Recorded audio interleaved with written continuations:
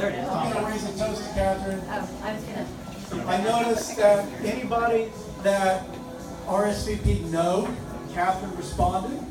That's what it ought to be. And thanked them kindly for not being able to come, and she understood. But she wanted them all to also know that she was born at 12:04 a.m. on December 1st, and that we were going to have a toast for her at midnight. So they can come late. So since most of this group is almost as old as I am, except for Vince, who's older, some of us we're going to toast now, so you can feel free to leave or stay to midnight if you want to see another round of We're rain. toasting again at midnight. We'll toast you, whoever's here. So thank you all for coming. I hope you know that everybody on this invitation list was invited specifically by Catherine. This was her invitation list, and you are the people that she loves dearly, and she wanted you to be here. Or maybe she just loves your spouse dearly. And it's a possibility. I just think it's something we ought to consider. Most people do. She loves you too, Vince. Most people do. Everybody loves your spouse, Vince. Yeah. Thank you. I should have apologized first of all. I know that when I took the gray out of my hair, it became distracting. Many of you didn't recognize me without the gray.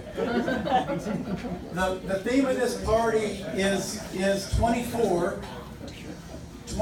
hours. I can't read it now. 24 years, y'all.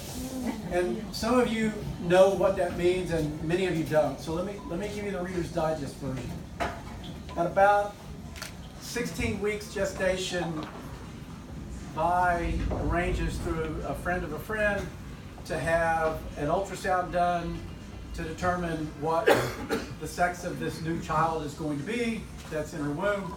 And we go in after hours, sneak in, and radiologist tech does this ultrasound, and it's a girl. And we leave, and it's great. And the next morning, she calls Vi and says, I need you to come back. And the radiologist wants to attend, and we saw a couple of things we need to check on. And so, not sure what's going on, but they go back in with the radiologist, do another ultrasound, and what they figure out is Catherine at that point at 16 weeks has kidneys that are the size of a full-term baby. And typically what that means, that early in the pregnancy, is that you have a disease called autosomal recessive polycystic kidney disease, which is, if you do the research, which what do you do if there's internet and they tell you something that your kid's kidneys are too big, you start doing research. All the research says it's incompatible with life. And so we started on this crazy journey about thinking Vi was carrying this child who was going to be born, and she had a disease that was incompatible with life. And why is because generally the kidneys keep growing to the point that they press against the lungs don't develop, and so at birth the babies don't thrive and they don't survive. And I lost my mind. That's all right. It's working. You It's gotta pick working. it up on again. Is it working good enough? Yeah. Do I even need it? I could Probably not. And so we start going to specialists, and every 4 weeks Yeah, we go very. to another ultrasound. Kidneys they continue to get bigger, and so we're getting close to delivery, and now her kidneys are about as big as what, a 1 to 2 year old or an adult. I mean, they're gigantic kidneys, and so we have this expectation going into this delivery that it's not going to turn out good. And we're at that time in a church called Church of the Holy Spirit, and it's this wonderful place that started in Oklahoma City that had evangelical and Catholic, through the Anglican persuasion, but a full prayer book and a charismatic worship all in one. And we went to church for 2.5 hours and liked it. Wow. But And then there are believers, and everybody in this church was a genuine believer, and these people prayed like nobody else. A sweet lady made Wileen made a quilt that was all these verses that she'd been praying over Catherine every day since she found out. And it still hangs over Catherine's bed to this day. Hold on, the thing is, I had never met Wileen. I had no idea who this woman was. She had no idea who I was. And she came up to me one day and she said, I've been praying for your daughter and I made you this quilt. God told me to make this for you. And so we still have this beautiful quilt and we still pray those scriptures over. So we're going through that, and Vi's working at Presbyterian Hospital at the time as a critical care nurse, and she calls me at the office and says, I think I'm in labor, but I'm not sure. I'm going to finish my shift and then go get checked. So, it's critical care nurses, I mean, it's critical that you finish your shift and to the next person, right? So she did, and then she walked over to labor and delivery, got checked, calls me and says, go get the bag. I'm not going home. We're going to have a baby.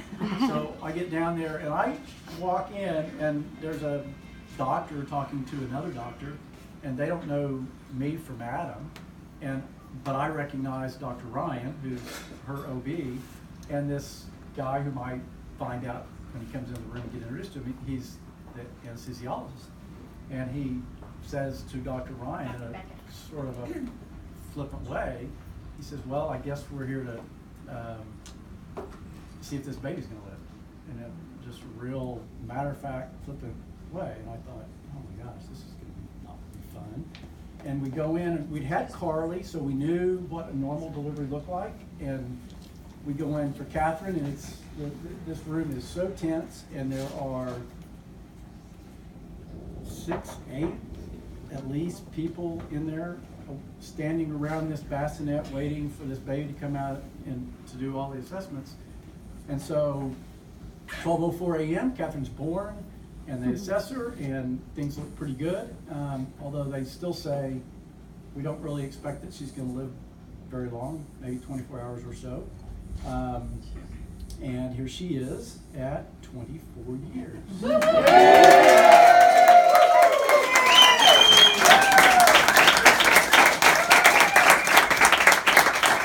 So she did not have autosomal polycystic kidney disease. Well, thank God, because I can't say that.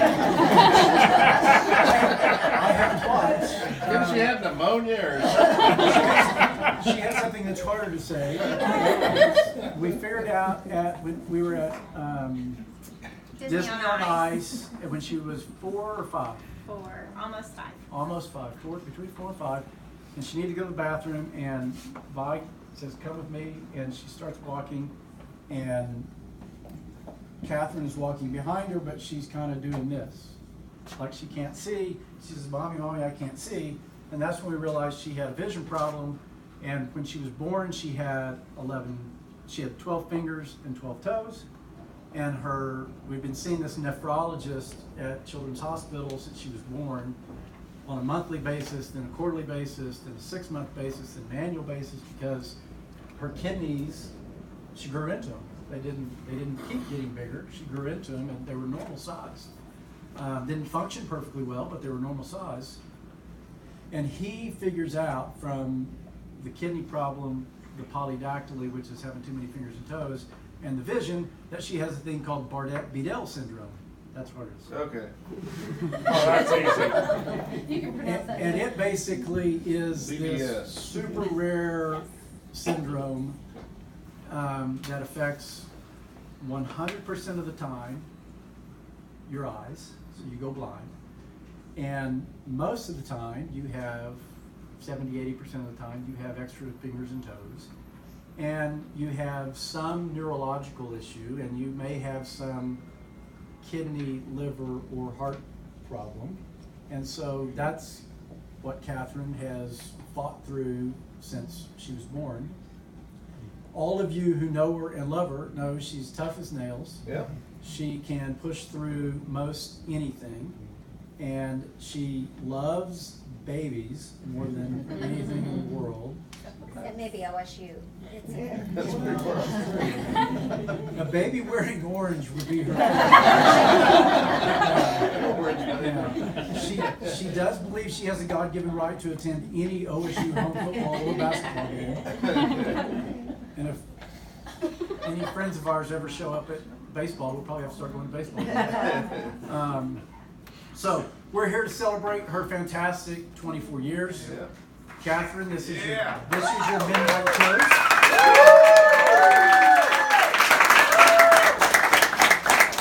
You are the most special girl in the world to me and your mother. We love you. We may not be young enough to see 24 plus 24, but I think we'll see the next 24.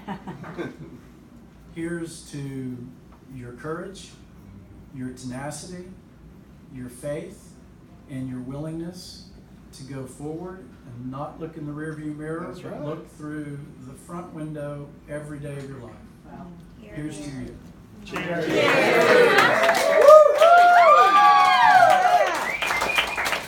And now, Carly, would you start, you don't need this. No, I don't. Start us in happy birthday so we can cut the cake. and Heck do yeah. something good. Happy birthday to you. Happy birthday to you. Happy birthday, dear Catherine. Happy birthday to you.